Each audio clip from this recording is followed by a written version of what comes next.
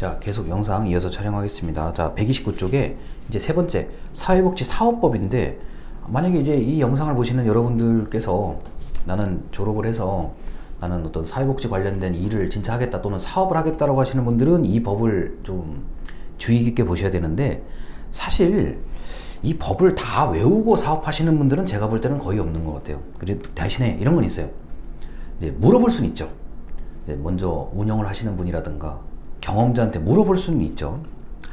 자, 이게 129쪽의 맨 위에 줄입니다. 사회복지 사업법은 사회복지 사업에 관한 기본사항을 규정한다. 사회복지를 필요로 하는 사람에게 자, 권리를 보장하고 전문성을 높이며 자, 지역사회복지 체계를 구축한다. 그리고 사회복지 증진에 이바지한다. 70년에 제정됐습니다. 그래서 사회보장기본법과 함께 역사가 오래된 법에 속해요. 자, 그리고 이거는 이 법은 좀 특이한 게 있습니다. 위에서 두 번째 문단 129쪽이요. 자, 이 법은 사회보험 그리고 공공부조 자, 이런 법과 같이 유사한 부분도 있지만 한편으론 다른 특성도 있다. 자, 이 법은 비경제적, 비물질적 급여가 중요하다.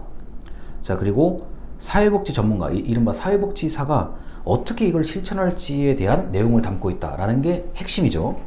그래서 이 사회복지 사업법은 사회복지를 받는 사람 입장에 하는 사람 입장이라고 보셔야 돼요.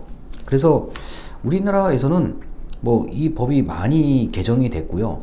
그 130쪽, 131쪽 쭉 보시면은 이게 상당히 많은 개정을 해요. 그래서 사회복지사에 관련된 우리가 자격증에 관련된 것부터 시작해가지고 뭐 인권 보호, 그 다음에 뭐 정기적인 교육, 뭐 이런 것까지 전부 다 이 법에서 이제 나타나 있는 겁니다.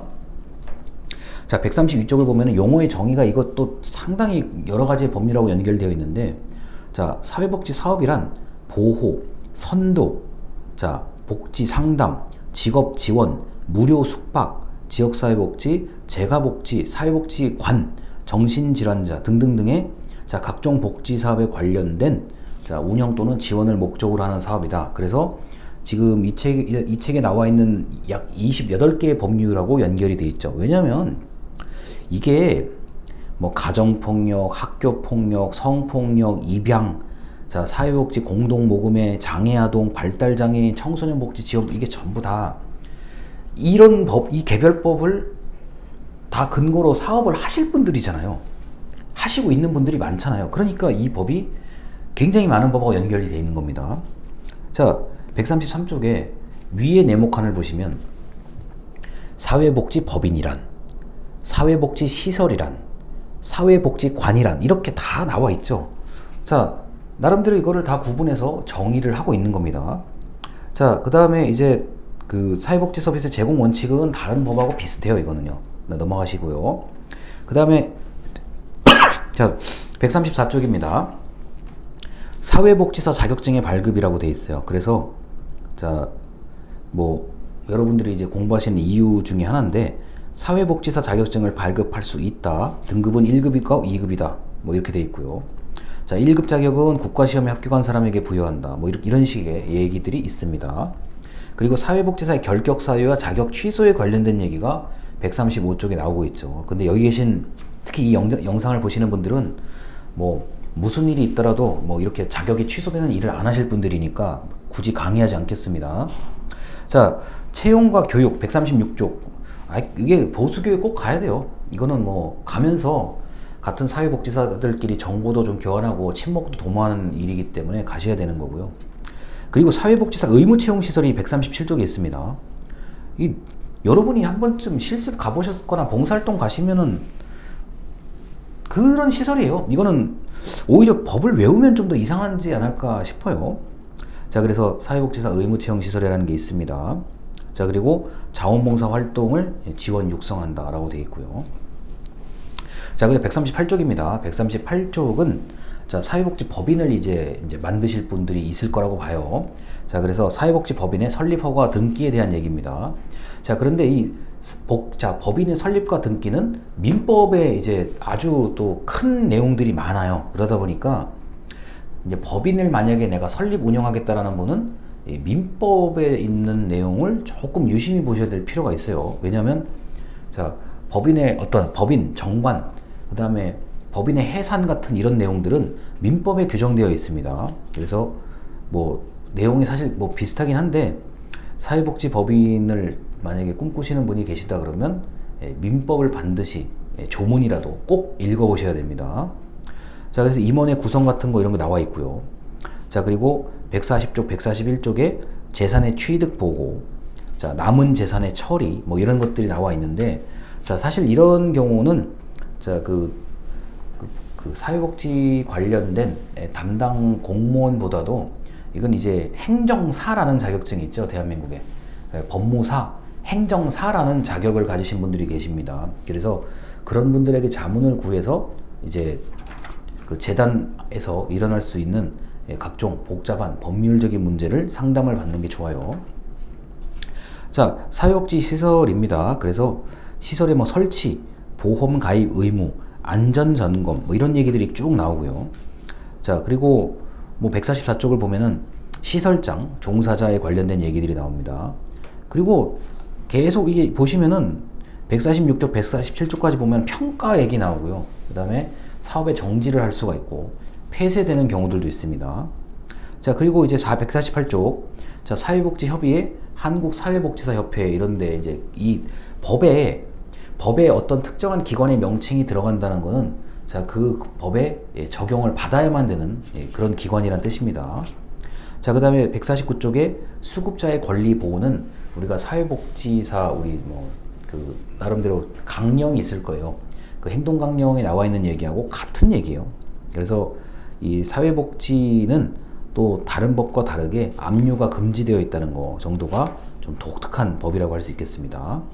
자, 그래서 지금 제가 읽어드린 거 뭐 그렇게 크게 어렵게 느껴지지는 않으실 건데, 자, 사회복지 사업법 같은 경우는 사회복지를 받는 사람이 아니라 사회복지를 하는 사람의 입장의 법이다. 그러다 보니까 이제 민법에 대한 얘기가 이게 이 법인이기 때문에 민법의 얘기가 좀 얽혀 있고요. 그 다음에 이제 때에 따라서는 이제 이거는 아무래도 기업을 운영하는 거니까 이게 세법하고도 밀접하게 연결이 되어 있습니다. 왜냐하면 급여를 제공하는 뭐 사회복지사 이제 직원이 있으면 급여를 제공을 해야 되잖아요. 그래서 이제 그 세무에 관련된 문제가 있고, 그 다음에 노무사, 요새 이제 그 경영자하고 근로자 간의 어떤 갈등들이 있을 수가 있기 때문에 노무법인의 컨설팅을 하는 경우들이 있어요. 그래서 여러분들이 나중에 그 어떤 이런 그 법인을 뭐 이미 하시고 있겠지만 또는 하실 마음이 있으시다 그러면은 처음에 좀 그 돈을 좀 들이고 시간을 들여서라도 그 법률 상담이나 노무 상담 같은 거는 미리 받으면 참 좋아요. 그러면은 아마 저 사회복지는 특히 이 사회복지만 전담하는 그 어떤 노무 그 저 법인 같은 데가 따로 있어요. 오로지 사회복지만 딱 하는 데들이 있거든요. 그러면은 이게 회사를 그러니까 법인을 설립하기 전에 뭐 좀 자문을 좀 받고 싶습니다 그러면 굉장히 좋아요. 왜냐면 사건이 딱 터지고 이걸 하려고 그러면은 이게 굉장히 좀 그 상담을 받으러 간 사람도 좀 이렇게 좀 두서없이 말을 하는 경우들이 있고, 상담을 해주는 사람도 일단 사건이 생기고 온 거잖아요. 그러면 이제 이걸 어떻게 수습해야 될지에 대해서 또 고민을 많이 하셔야 되거든요. 그런데 이제 법인을 설립하는 아예 완전히 딱 처음 단계에 가서 제가 이런 걸 하고 싶은데 어떻게 되냐 그러면은 그 기본적인 그 공식이 있어요.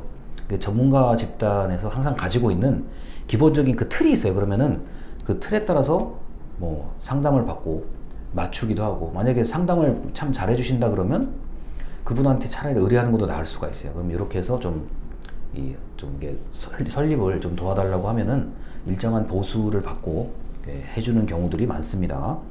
저 역시 뭐 사단법인 이렇게 그 설립하는 거 이런 거 다 이게 거쳐봐도 제가 직접 하지는 않지만 일일이 다 따라다니면서 다 상담 받아보고 거쳐보고 하다 보니까 느끼는 바는 만약에 사회복지 법인을 진짜 법인 뭐 재단 법인이든 뭐 하여튼 법인을 하고 싶으면 완전히 백지장인 상태에서 이제 자기가 좀 공부를 좀 하고 개인적인 좀 물어보기도 하고 책도 좀 뭐 공부 좀 하고 이제 그 전문가를 찾아가서 이런 거 하고 싶은데 어떻게 하면 좋겠냐 이렇게 자문 구하는 게 제일 상대적으로 돈이 적게 들어요. 그 다음에 시간도 적게 들고 노력도 적게 들어요.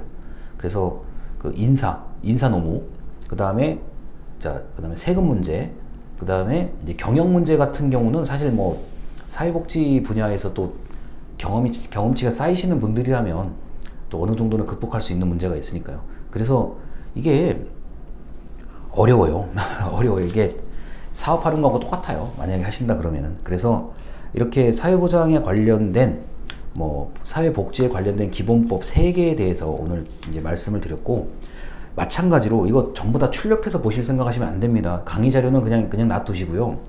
책에 있는 거 이렇게 듬성듬성 말씀드리고, 제가 이제 이 법이다 보니까 이 책에 없는 내용들이 분명히 있어요. 특히 민법이 그렇거든요. 지금 이제 법인 얘기 제가 지금 계속 반복적으로 하잖아요. 이런 거는 또 괜히 또 이거 봤다 저거 봤다 하면 또 불편하시니까 이제 기말고사 전쯤 해가지고 또 몰아서 좀 이렇게 말씀을 드릴게요. 행정법도 복잡해요. 할 게 많아요, 이게. 그래서 그걸 좀 몰아서 말씀드리면 오히려 제가 볼 때는 그게 일상생활에서 도움이 되지 않을까 싶습니다. 그런 거 좀 말씀드리면서 끝내도록 하겠습니다. 감사합니다.